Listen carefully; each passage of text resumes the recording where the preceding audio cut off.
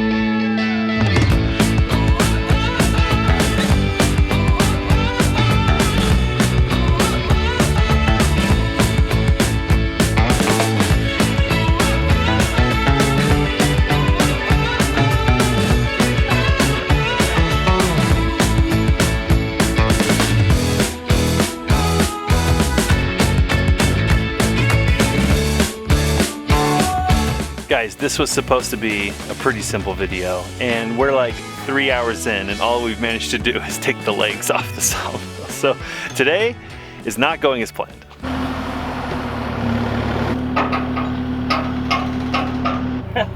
I didn't say I agree. Right there is probably out. Down. So come up through there. Oh, I see. Oh yeah, I won't there's quite. a gap right here. Okay, okay, I'll lower a little bit more. Yep. There.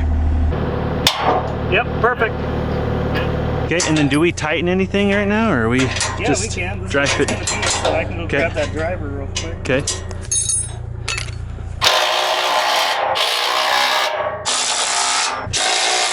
Now we just need to do the... So we'll just move that over to here.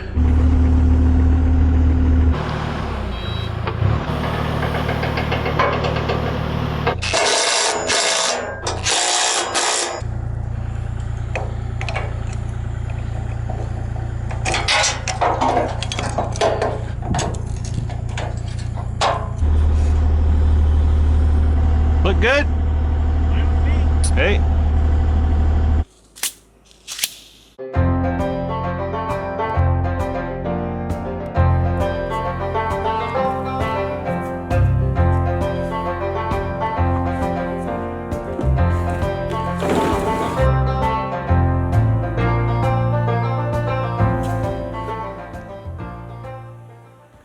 Well, that just about does it for our seed starting for the week. I'm doing a really good job following our seed starting calendar. I'm really happy I took the time over a month ago to plan all this out so that when it comes time to do it, there really is no thinking. We know when to start everything and how much to start of everything. So today we started an entire 10-20 flat of tomatoes. With the cell sizes we have, that's 72 tomato seedlings, and we plan on using 16 of them, that's it. So I told my friends, you better follow through with taking some of these off of our hands, because that's way too many tomatoes. Our onion seedlings are doing amazing. I think our strawberry and mint, those have sprouted, and all of our peppers have sprouted. Again, there should be 72 pepper plants here. It's been on our to-do list for a very long time, but our goal is to get our Wood-Mizer sawmill on our trailer. We've had a trailer from day one. It was never our intention to leave it exactly where it is now because it's not portable. It's our hope that we can lend out our sawmill to both friends and neighbors, and by having it on a trailer, we can do exactly that. Not only that, but Jesse and I have the ability to go somewhere else to mill logs, which is really awesome because bringing back milled lumber is a heck of a lot easier than trying to transport full logs, right? We were hoping to do this before winter, but we've just had so much on the back burner that a lot of tasks that we were hoping to do sooner, we're just getting around to doing them. And I have to say, doing all this property cleanup and organizing our life, it feels incredible. That's fun. Are these the 3 beds or these 2 beds? It's 3. Okay. Yeah, so this is how long it would have been if we'd have just had 3 beds, but that's why we couldn't put it on the trailer. Oh, right. Because we needed to mill 27-foot beams. So we needed 2 more beds. We needed 5 beds, and we were like right to the end of the beds. With the trailer kit, it seems to be that it's limited to 3 beds. But we think there might not be truth to that, but we haven't got that far yet. Well, hauling down the highway, there's truth to that. But whether or not we can tack on 2 extra beds once it's stationary, that's what we're... Yeah, we just didn't want, like, about. We want to keep the ability to do long stuff, like if somebody else wanted to mill a timber frame or beams or something, we want them to be able to do that. But we didn't want to have to take it all back off the trailer. But this is great for just mobbing around making wood. I think it's 17.5 feet is what it'll mill on the trailer. That's pretty good. I think it's pretty rare you're going to be milling something longer than 16. 16s are I mean, those are pretty good. Massive. Yeah, I mean, 20. Like, a lot of people don't even have a trailer to haul 16-inch lumber. Right. I mean, what are you building? A 30-foot house? Come on, you know? So yeah, I think this will work good, but we have a theory that we can actually make those beds work. I like theories. But you know what? It's one of those things where you're going to set it up and work for a long time, kind of like we did here.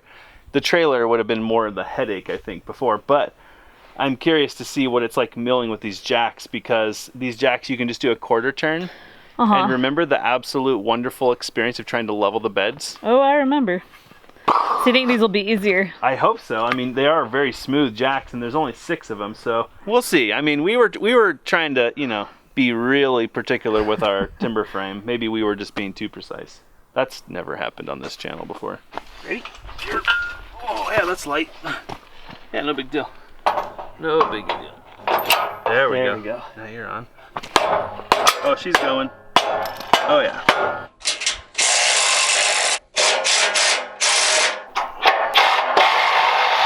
Think by some miracle the lighting on this will work better than other trailers? And then these ones go here on each side of this. Oh, those are marker lights? Marker lights, and then this is ground or something. Ground. I think that's it. Afraid of that.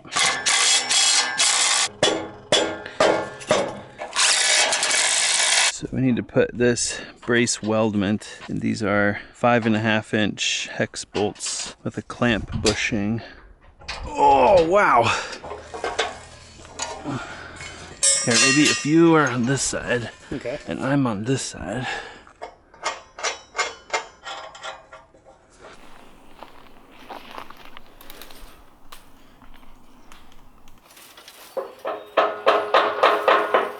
One of you guys give me a hand real quick? Yeah. Just give it a little support, ready? Okay. Yeah. Good, thank you.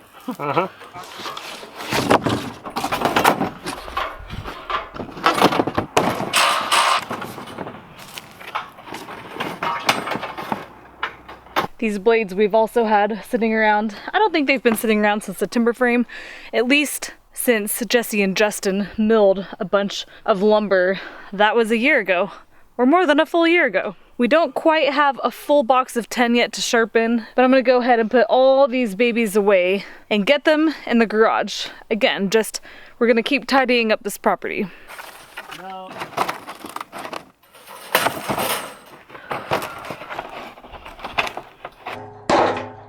It's close.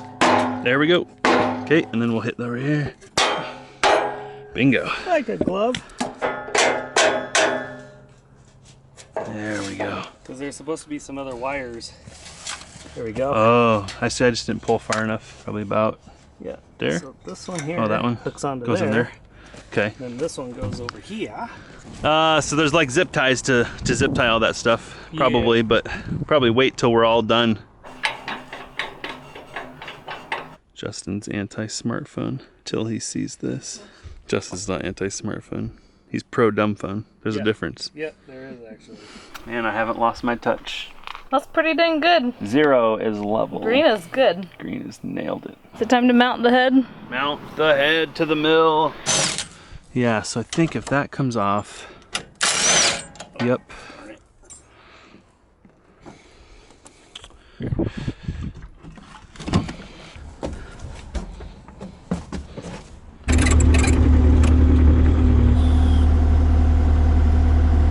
Going up.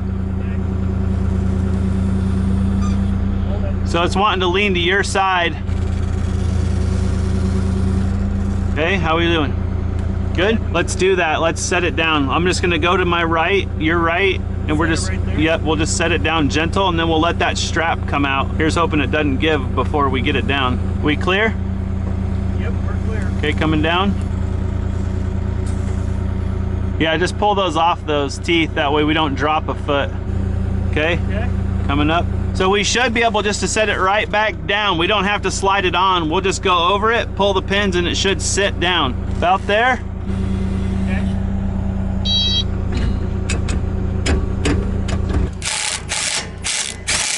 Oh. Too much. Keep going. Oh, keep going. Okay, right there. So that's the travel position, huh? All right.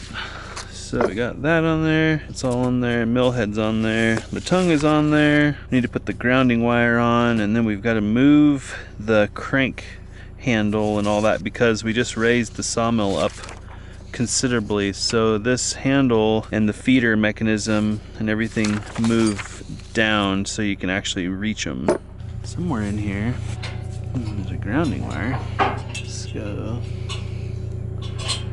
There maybe. You could probably zip tie them to the bottom down here. That's what I was thinking. They show like this, but good luck. I'm thinking zip tied in here. There's a here. little hole, so zip tie it like just around those holes. Yeah.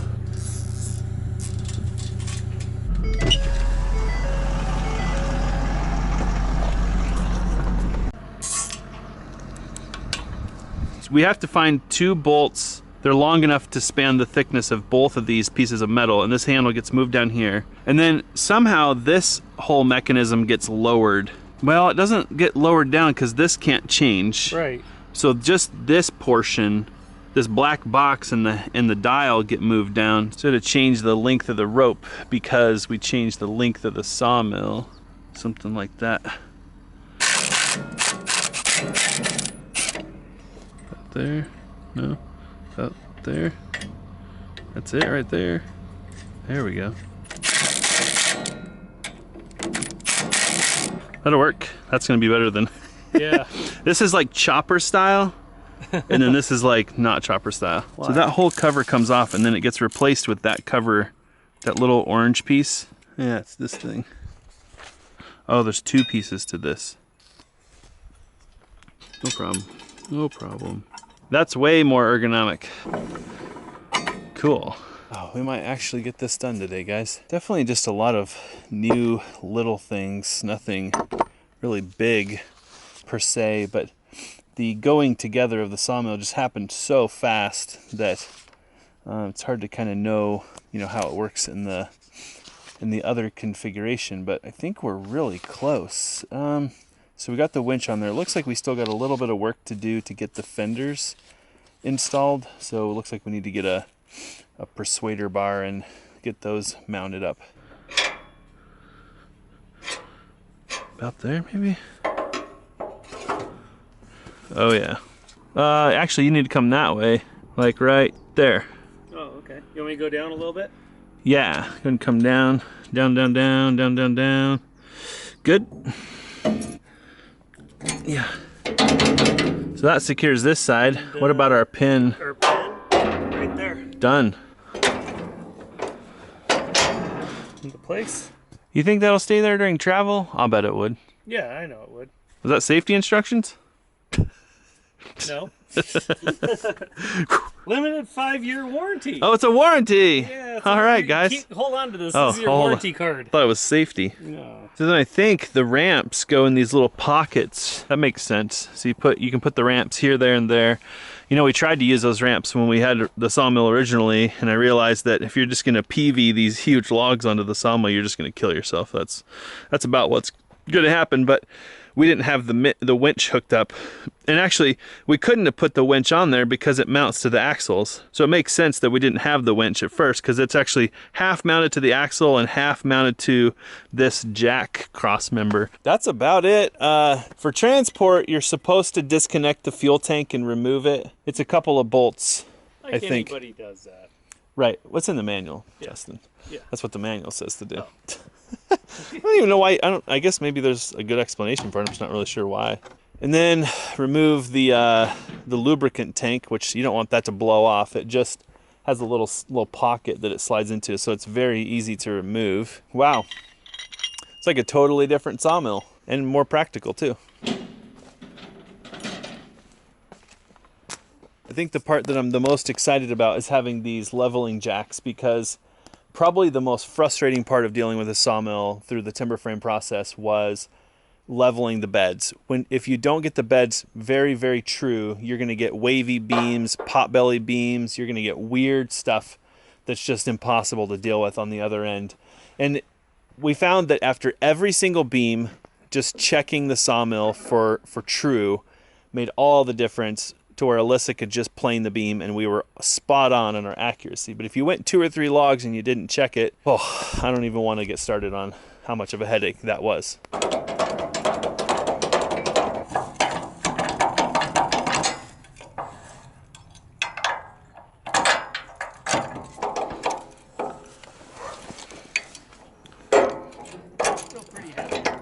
So the fenders are fitted. We got the wiring hooked up. Jacks are on. You put that clamp there, that clamp there. Man, should we hook a truck to it?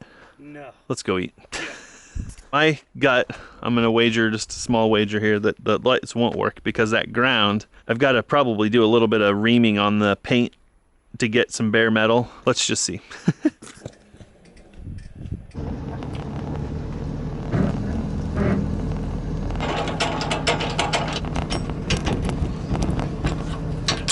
All right, plug her in. Nothing. Boy, we predicted that one. Now, let me pull that bolt off there and kind of scratch that metal a little bit so it's got a good ground. Tell me if you see any lights. You'll see right there. Yeah, you should be able to see that one there.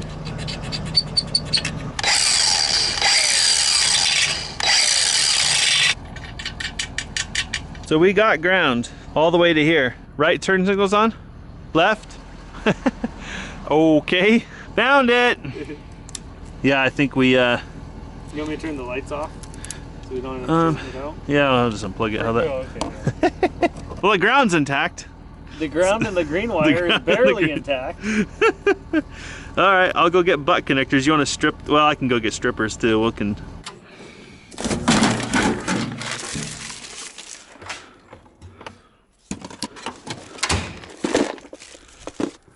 Yeah, I like having you around. I get to blame stuff on other people. Yeah. Normally, I don't have that freedom. It's like, ah. Woohoo! Well, look at that. You got lights? Yep. Got lights, guys. All right, we got running lights. I got a right blinker, left blinker, got brakes. I think I'll get that electrical taped up, and then I think it's ready to take for a spin around the block. But I don't think we're doing that tonight. Are we doing dinner? Yeah. Actually, All right. we should probably get going. Yeah, we got to kind of end this party and go be grown-ups and socialize. So maybe we'll take it for a spin around the block tomorrow.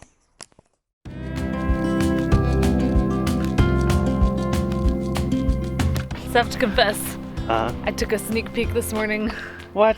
I came out here and I looked and I took a photo. It's not any less impressive. But I don't know, like I feel like that's an iconic part of our property. It is. I feel like disoriented when I look Yep. out here and I don't see this big thing of orange with a mill head on it. I know. What are we gonna do with the other beds? Probably just store them, because we think that you could actually still use them with the trailer if we got an additional set of jacks or something, so we could still use, I think you can make this thing longer on the trailer, but you can't tow it longer. Right. So hopefully if somebody needs them to make timbers or beams, we can make that work.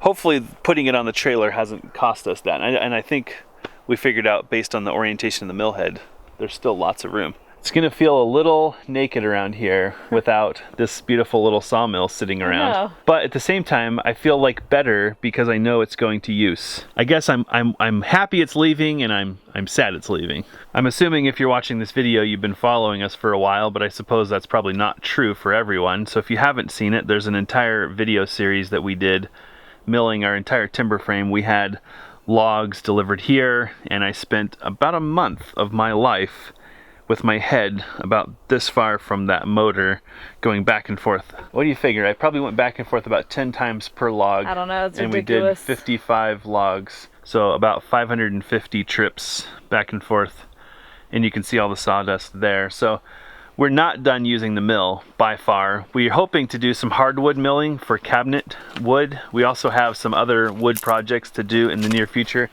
We actually have quite a bit of wood that's decked over here. It just hasn't made sense to use it for any projects. And this, getting the mill on the trailer was more just like, it was on our to-do list, and it's been agonizing on my brain because no one can use the mill because, as Alyssa mentioned earlier, usually it's easier to move the mill to the log than to move the log to the mill. And so that's why when we first got the sawmill, we knew that we wanted a trailer kit, even though it didn't make sense for us to put it on the trailer. Although in hindsight, I'm almost scratching my head wondering if we actually could have put it on the trailer. Because I don't know, there's only one way to know, but at the time it made sense. We had a lot of faith in the paver block idea, which didn't work out so well. Yeah. I think long term we might end up pouring something permanent for the sawmill. Yeah, just a place to mill that's easy to clean, it's flat, it's level, it's true.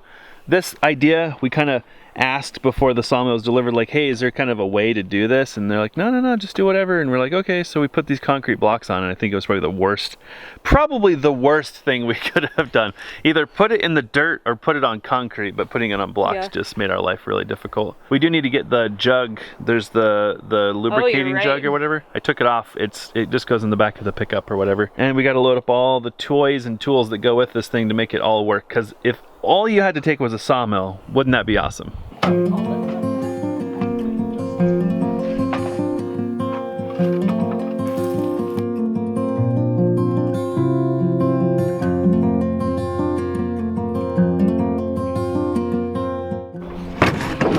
I miss coming out to Sawmill and realizing that the hose is frozen. Do you remember that? In the mornings, yeah, we had to like wait for the sun to come around the corner. Yep.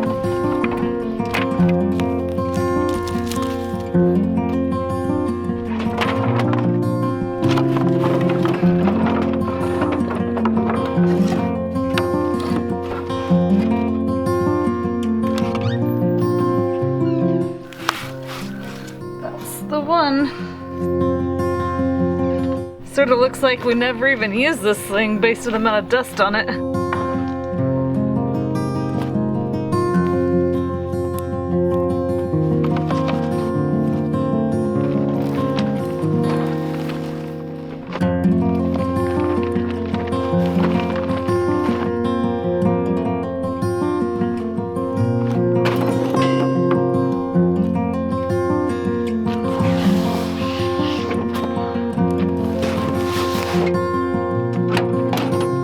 Feels like we're about to take someone to the airport. I know.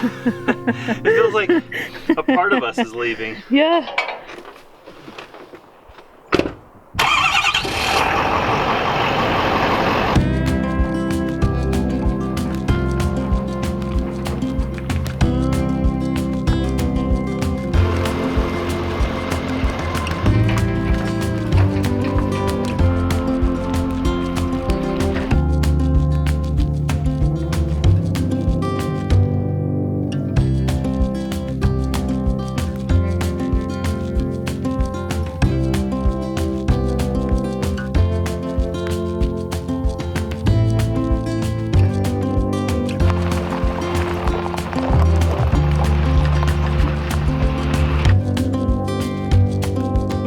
Are we here?